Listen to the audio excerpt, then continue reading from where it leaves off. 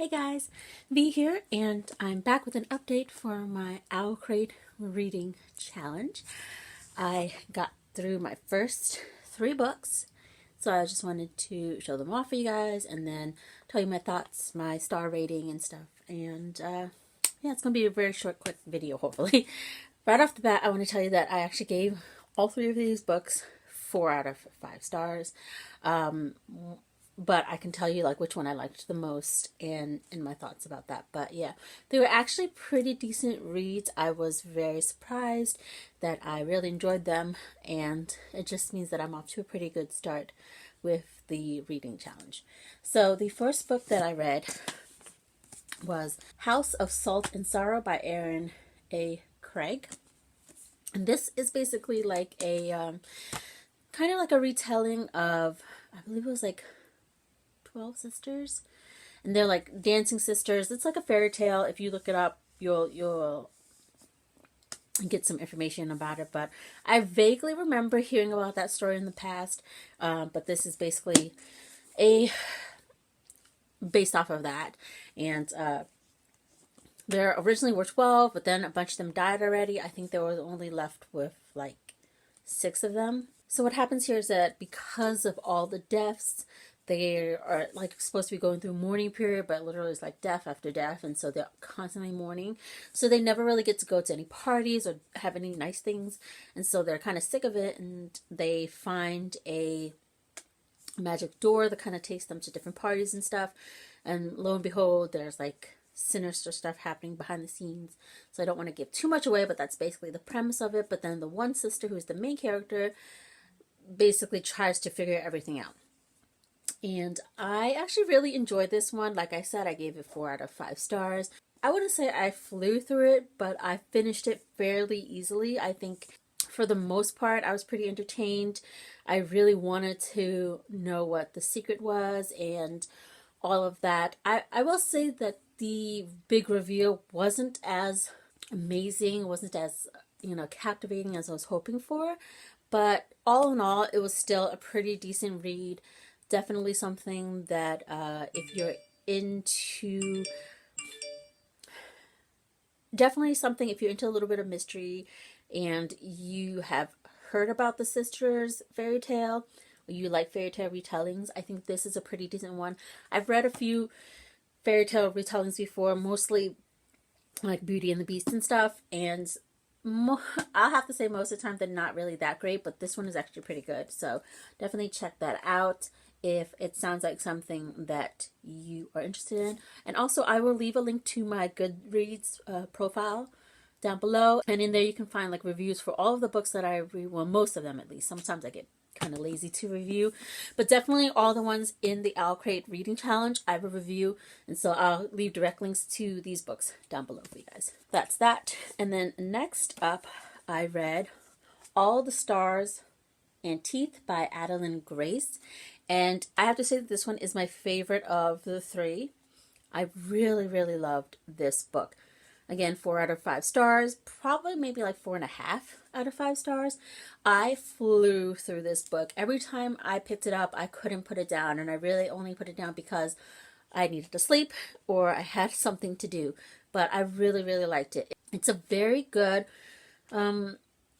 beginner or like mild fantasy kind of book. It has a bit of like a pirate feel to it because they're on a ship a lot, and it has, magic and all of that in there. Magic, powers, kind of, I guess, like witchcraft kind of stuff. That's how you would, it's kind of similar to that. So it's in that kind of vein. And so basically what it is that this world has different types of magic, and it's based in like a bunch of these islands all under one rule. And so this main kingdom has the most powerful type of magic, and all the other islands have different types of magic. But obviously with any kind of kingdom, somebody wants to overthrow it or change things up. And so basically the main character, the princess, is trying to figure out what's going on and to try to stop it and all that. And then she joins up with this guy who has a ship, and they basically travel to different islands. And then you get to see the various types of magic that is within this world. And the main characters learn that everything is not what it seems. So I really, like I said, I really enjoyed this. I flew by it so fast. I think that I really liked Adeline's writing. I think that she did a good job at giving me enough information about the story to get a good understanding of the magic and the lore. And I really felt like I got to know the characters pretty well. This is actually a duology. I'm excited to read the next book in this duology and see what happens to them. It isn't left on like a cliffhanger or anything. It's a pretty decent ending, but you still want to know what happens next with them. I was never bored reading this, which tends to happen a lot when I'm reading like high fantasy books, which I'm starting to wonder if I even really care about high fantasy like that anymore. But yeah, I think this is definitely worth adding to your bookshelves, adding to your TBR. I really enjoyed this. Hands down, one of my favorites so far. And finally, I read The Kingdom of Beck by Marie Lu. And this one I gave, once again, 4 out of 5 stars. I'm kind of going back between like 3.5 to 4, but I think 4 is pretty good because I have to say that at the beginning I was very torn. I was like, I love Maria Lu. She did the Legend series and she did the Wild Card series, Warcross and stuff. And I loved those books. So I was really hoping to like this despite going in and not really caring too much about the premise because I'm not a big fan of like classical music and historical fiction. I don't really care about that too much. But her writing just got to me, you know, like at the beginning, I have to admit it was pretty boring. There are fantasy elements in here. You get some fae and like, you know, fantasy, magic and all that stuff. So at the beginning, I was just into that. I'm not a super big fan of fae and all of those books. I do read some, but you know, they're not my favorite type of mythical creatures.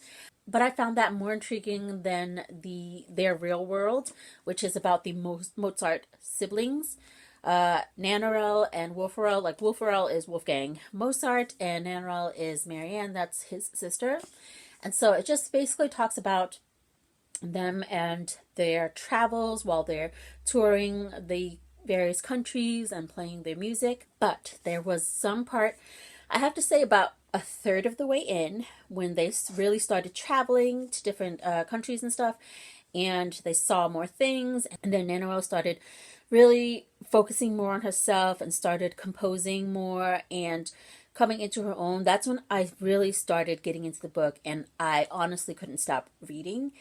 I fell more in love with her story, and I fell out of love with the fae fantasy side of the book.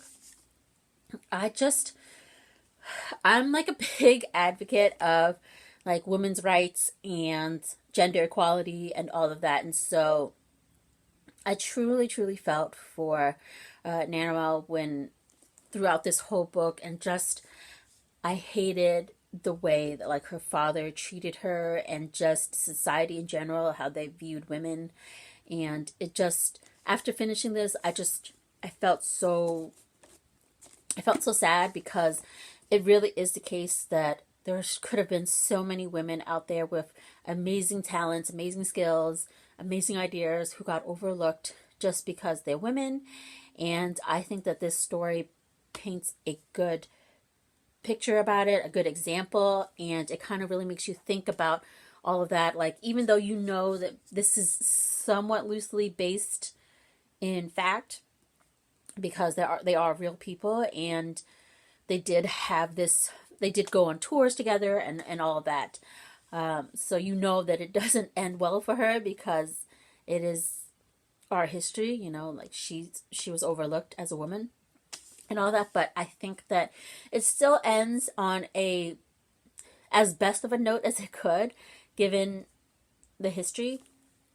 But I will say that I really adored the relationship between the siblings. It wasn't always the best. You know, she had her doubts about her brother, and he was a lot younger than her, so he had his childish moments. But in the end, you can see that the love was there, the respect was there, and the appreciation is there. And I really hope that in the real world, they did love and respect each other that way. And even though the world didn't appreciate her value, I hope that her brother actually did. And You know, Marie Lu kind of alludes to that fact, but obviously we'll never know for sure. But I hope that was the case.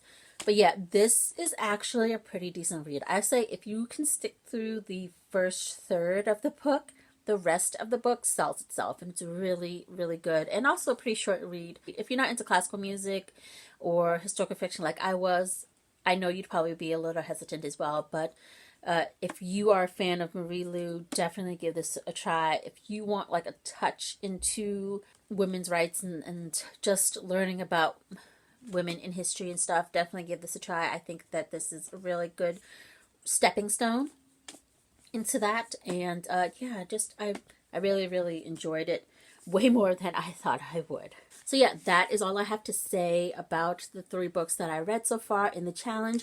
If you want my full review on all of them, like I said, I will leave a link down below to it. And yeah, off to a great start so far. I will be adding these to my shelves. And I will be back shortly with some more updates on this challenge. Thank you guys so much for watching. And I hope you guys join in with this challenge with me. Let me know what you guys thought about these books if you've read it before or if you want to add them to your TBR. And if you have any thoughts about what I should read next within the challenge, check out my first video that has all the books laid out. Or if you are an Owlcrate subscriber yourself, let me know what I should read next. And I will see you guys next time. Bye.